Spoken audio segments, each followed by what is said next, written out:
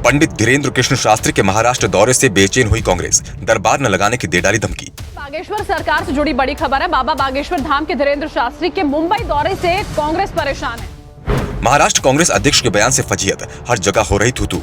महाराष्ट्र का वातावरण खराब करने का काम जो बीजेपी कर रही है उसका विरोध हम करेंगे। मजारों में चादर चढ़ाने वालों को राम दरबार से दिक्कत, कांग्रेस का हिंदू विरोधी चेहरा आया सामने।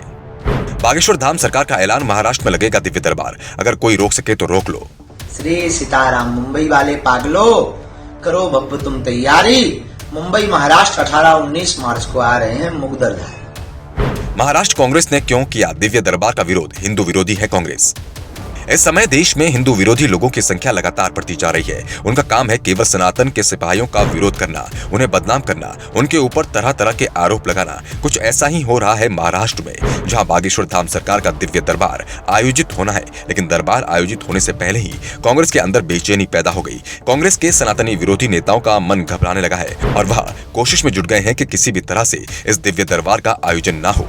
कांग्रेस के बड़े बड़े नेताओं ने ये चेतावनी भी दे डाली है कि महाराष्ट्र में बागेश्वर धाम का दिव्य दरबार नहीं लगने देना चाहिए। उन्हें लगता है कि दिव्य दरबार लगेगा, रामकथा होगी तो लोगों में अंधविश्वास ही फैलेगा, लोग अपनी राह से भटक जाएंगे। और ये कहना किसी छोटे मोटे नेता का नहीं, बल्कि महाराष्ट्र कांग्रेस के अध्यक्ष नाना पटोले का है।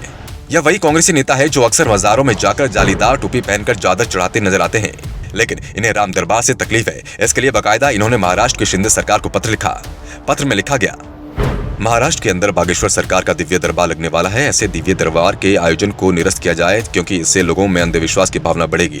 महाराष्ट्र एक प्रगतिशील विचारधारा वाला राज्य है। ऐसे में अंधविश्वास फैलाने वाले और संत तुकाराम महाराज का अपमान करने वाले बाबा बागेश्वर के कार्यक्रम को इजाजत नहीं देनी चाहिए। अगर धीरेन्द्र शास्त्री के कार्यक्रम को इजाजत दी गई तो जनता को गुमराह कर उनकी भावनाओं और श्रद्धा के साथ खिलवाड़ होगा। मेरी विनती है कि ऐसे कार्यक्रमों को इजाजत न दें।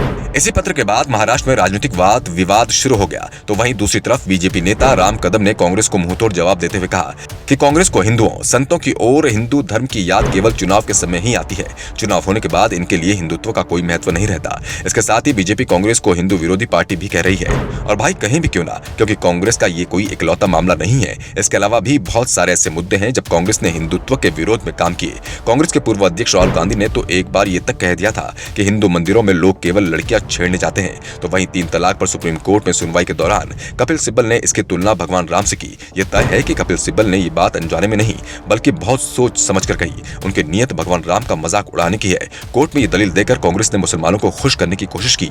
हालांकि इससे पहले भी जब नागपुर में बाबा का दिव्य दरबार लगा था, तब भी सनातन विरोधियों ने इनका विरोध किया था। इसके बावजूद बाबा ने दोबारा से महाराष्ट्र में दिव्य दरबार लगाने का ऐलान कर दिया। बागेश्वर धाम सरकार किसी भी चेतावनी से, किसी के विरोध से डरने वाली नहीं है, क्योंकि वो सनातन के हिंदुत्व के पुजारी हैं, और जो हिंदुत्व का पुजारी होता है उसके मन में किसी का डर नहीं होता। बाबा ने वीडियो जारी कर जगह, तारीख का और समय का ऐलान कर दिया। पंडित धीरेन्द्र कृष्ण शास्त्री का कहना है दरबार लगेगा और जरूर लगेगा, महाराष्ट्र में ही लगेगा।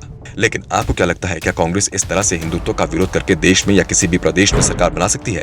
क्या कांग्रेस की विचारधारा हिंदुत्व विरोधी है? इस तरह से हिंदुत्व का विरोध करके आखिरकार कांग्रेस नेता किसी को खुश करना चाहते हैं? अपनी राय कमेंट बॉक्स में जरूर दें, और ऐसी सनातन की और राजनीति की खबरें देखने के लिए सब्सक्राइब करें पब्लिक दर्पण न्यूज।